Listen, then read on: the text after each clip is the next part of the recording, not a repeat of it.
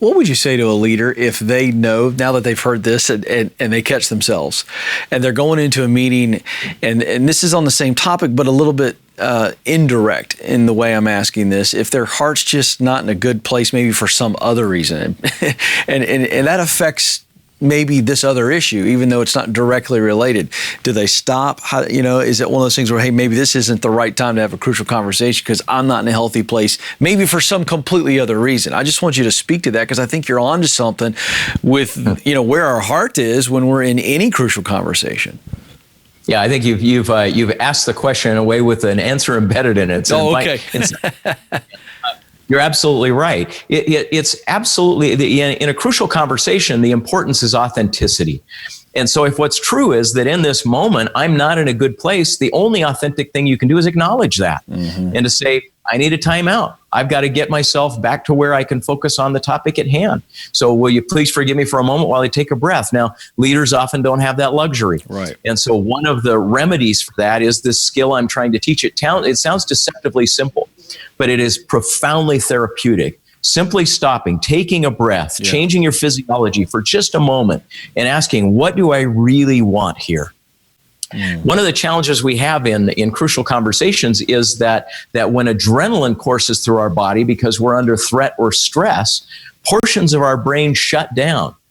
The physiology that I won't go deeply into here is pretty clear. That by asking yourself an abstract question, a question like, what do I really want? You signal to your body that you're not under any kind of physical imminent threat. It signals to your body that what you need is cognitive resources. So if you ask an abstract question like, what do I really want? Blood flow literally gets redirected. Adrenaline starts to wash itself out of your bloodstream. It calms you, it focuses you.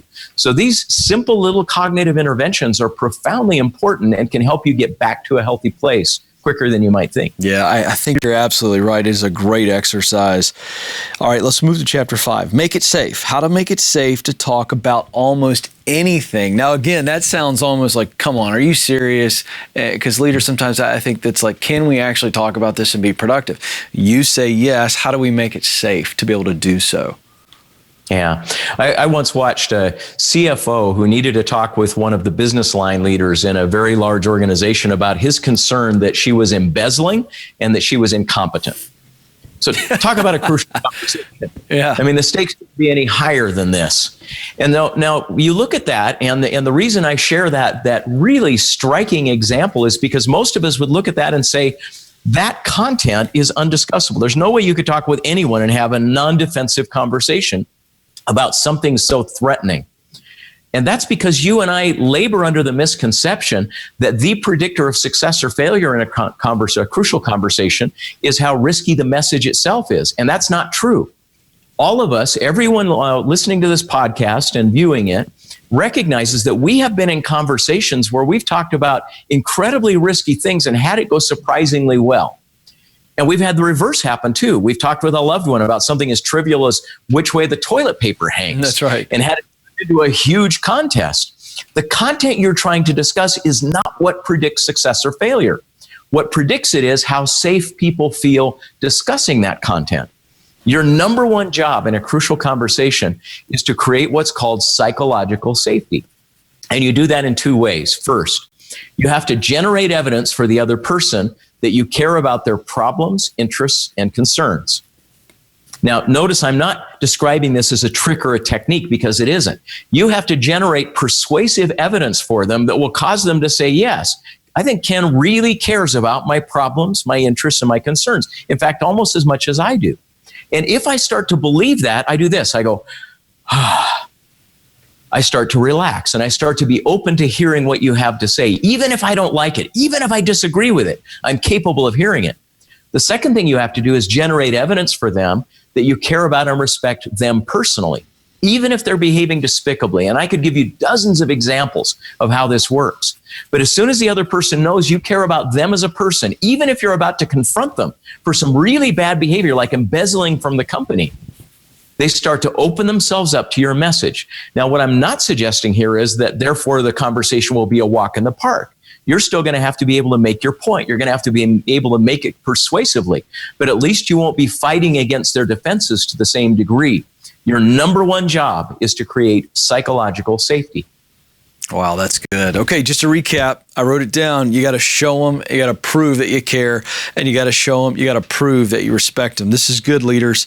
This will take a lot of the fear out of the tough conversation. Really good. Okay, let's move forward. Chapter 7. State my path, how to speak persuasively, not abrasively. Well, this is a challenge for me sometimes in the sense that I don't even think I'm being abrasive. I'm just so fired up about something. And if you don't have the right posture, the physical posture or something, it can come across abrasive. I think this is a really great challenge. Really spoke to me. Teach us on this as well. Yeah, two things. I'll give you the principle and a tactic. So the principle is enter the conversation with a perfect mix of curiosity and confidence. So it's important to be confident in your point of view to the degree you actually are. But try to stop short of certainty. If you stop short of certainty, you're at least open to additional learning. If you come in absolutely certain, you shut down the potential for dialogue. And that's where curiosity comes in. You want to come in asking a question, why would a reasonable, rational, decent person take that person's point of view? Why would they see things so completely opposite me? Come at it like a good scientist would, like a detective who's trying to trace back their path of logic to the essential data that brought them to the conclusion that they carry. So that's the principle, a balance of curiosity and confidence. The tactic is this. When you want to share your point of view, share it in this order. Facts first, story second, emotions, if necessary, third. You and I tend to do the reverse. We tend to start with emotions, then dump our story, and almost never get to the facts.